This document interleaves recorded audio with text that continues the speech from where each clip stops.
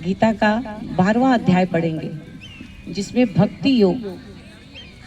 से ओतप्रोत है ये अध्याय। और जब भी कोई नए अभ्यासी गीता सीखने का प्रयास करते हैं तो 12वें अध्याय सबसे सरल और सबसे छोटा अध्याय है। तो सबसे पहले इसी से स्टार्ट करते हैं। अगर आपने पूरा गीता का अध्ययन नहीं कर पाए, नहीं उसको आप अपने आप में समावेश कर पाए, तो कम से कम भक्ति की भावना आपके अंदर जागृत हो जाएगी। इसलिए भक्ति योग से हम स्टार्ट करेंगे और वही भाव हमारे अंदर आएगा और हम लोग सब साथ में पढ़ेंगे। नमः। ओम श्री परमात्मने नमः। श्रीमद्भगवत गीता अथ द्वादशोऽध्यायः।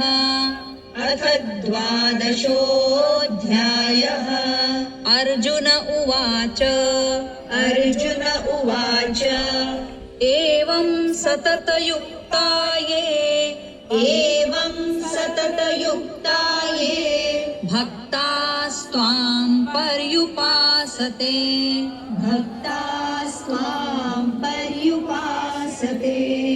ये चाप्यक्षरमव्यक्तं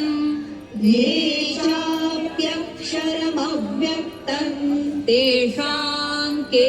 योगवित्तमाः।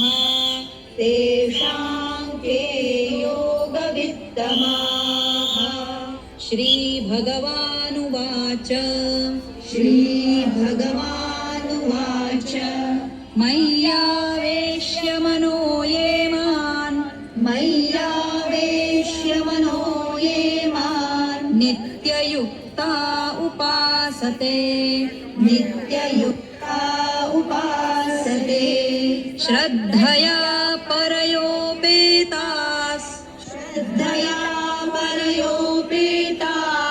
ते मे युक्ततमा मताः।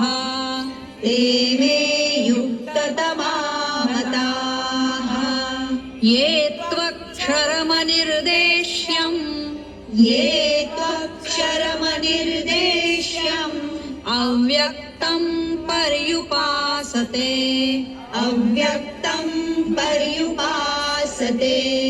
सर्वत्र गमचिन्त्यं च कूटस्थमचलं ध्रुवम् सन्नियम्येन्द्रियग्रामम् सर्वत्र समबुद्धयः ते प्राप्नुवन्ति मामेव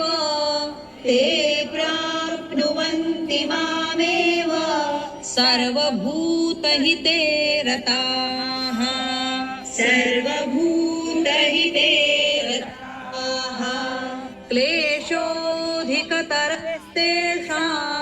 क्लेशोऽधिकतरस्तेषाम् अव्यक्तासक्तचेतसाम्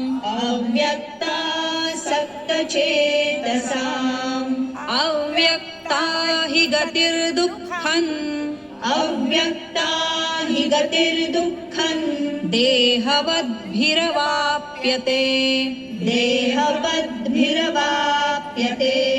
ये तु सर्वाणि कर्माणि मयि सन्न्यस्य मत्पराः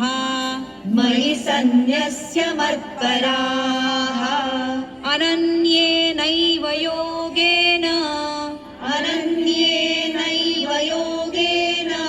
मां ध्यायन्त उपासते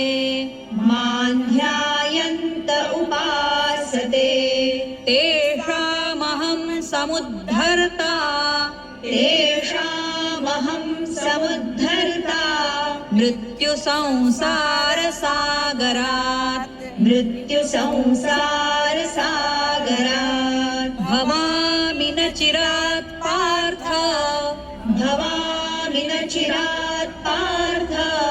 मय्यावेशितचेतसाम्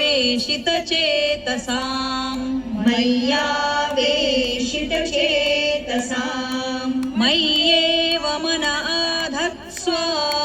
मय्येव मन आधत्स्व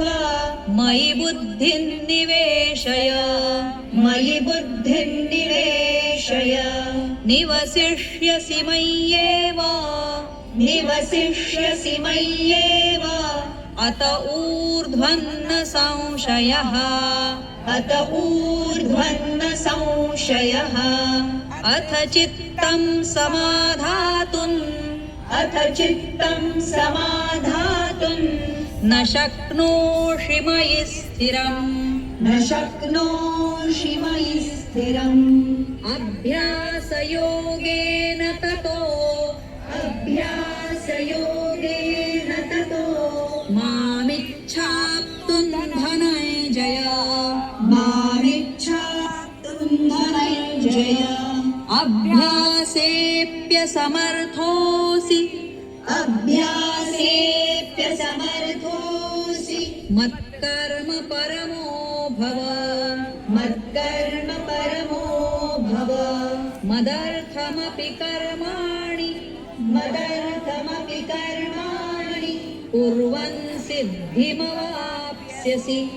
कुर्वन् सिद्धिमवाप्स्यसि अथैतदप्यशक्तोऽसि अथैतदप्यशक्तोऽसि कर्तुं मद्योगमाश्रितः कर्तुं मद्योगमाश्रितः सर्वकर्मफलत्यागन् सर्वकर्मफलत्यागन् ततः कुरु यतात्मवान् ततः कुरु यतात्मवान् श्रेयो हि ज्ञानमभ्यासात् श्रेयो हि ज्ञानमभ्यासात् ज्ञानात् ध्यानौ विशिष्यते ज्ञानात् ध्यानौ विशिष्यते ध्यानात् कर्मफलत्यागस् ध्यानात् कर्मफलत्यागस् त्यागात् शान्तिरनन्तरम् त्यागात् शान्तिरनन्तरम् अद्वेष्टा सर्वभूतानाम् अद्वेष्टा सर्वभूतानां मैत्रः करुण एव च मैत्रः करुण एव च निर्ममो निरहङ्कारः निर्ममो निरहङ्कारः समदुःखसुखः क्षमी समदुःखसुखः शमी सन्तुष्टः सततं योगी सन्तुष्टः सततं योगी यतात्मा दृढनिश्चयः यतात्मा दृढनिश्चयः मय्यर्पितमनो बुद्धिर् मय्यर्पितमनो बुद्धिर् यो मद्भक्तः स मे प्रियः यो मद्भक्तः स मे प्रियः यस्मान्नो द्विजते लोको यस्मान्नो द्विजते लोको लोकान्नो द्विजते च यः लोकान्नो द्विजते च यः हर्षामर्षभयोद्वेगैर् हर्षामर्षभयोद्वेगैर्मुक्तो मुक्तो यः स च मे प्रियः यः स च मे प्रियः अनपेक्षः शुचिर्दक्ष अनपेक्षः शुचिर्दक्ष उदासीनो गतव्यथः उदासीनो गतव्यथः सर्वारम्भपरित्यागी सर्वारम्भपरित्यागी यो मद्भक्तः स मे प्रियः यो मद्भक्तः स मे प्रियः यो न हृष्यति न द्वेष्टि यो न हृष्यति न द्वेष्टि न शोचति न काङ्क्षति न शोचति न काङ्क्षति शुभाशुभपरित्यागी शुभाशुभपरित्यागी भक्तिमान्यः स मे प्रियः भक्तिमान्यः स मे समशत्रौ च मित्रे च समशत्रौ च मित्रे च तथा मानापमानयोः तथा मानापमानयोः शीतोष्णसुखदुःखेषु शीतोष्णसुखदुःखेषु समः सङ्गविवर्जितः समस्सङ्गविवर्जितः तुल्यनिन्दास्तुतिर्मौनी तुल्यनिन्दास्तुतिर्मौनी सन्तुष्टो येन केनचित् सन्तुष्टो येन केनचित् अनिकेतस्थिरमतिर् भक्तिमान् मे प्रियो नरः भक्तिमान् मे प्रियो नरः ये तु धर्म्यामृतमिदै ये तु धर्म्यामृतविदै यथोक्तं पर्युपासते यथोक्तं पर्युपासते श्रद्दधाना मत्परमा श्रद्दधाना मत्परमा भक्तास्तेतीव मे प्रियाः भक्तास्तेतीव मे प्रियाः ॐ तत्सदिति श्रीमद्भगवद्गीतासु ॐ तत्सदिति श्रीमद्भगवद्गीतासु उपनिषत्सु ब्रह्मविद्यायां उपनिषत्सु ब्रह्मविद्यायां योगशास्त्रे श्रीकृष्णार्जुनसंवादे योगशास्त्रे श्रीकृष्णार्जुनसंवादे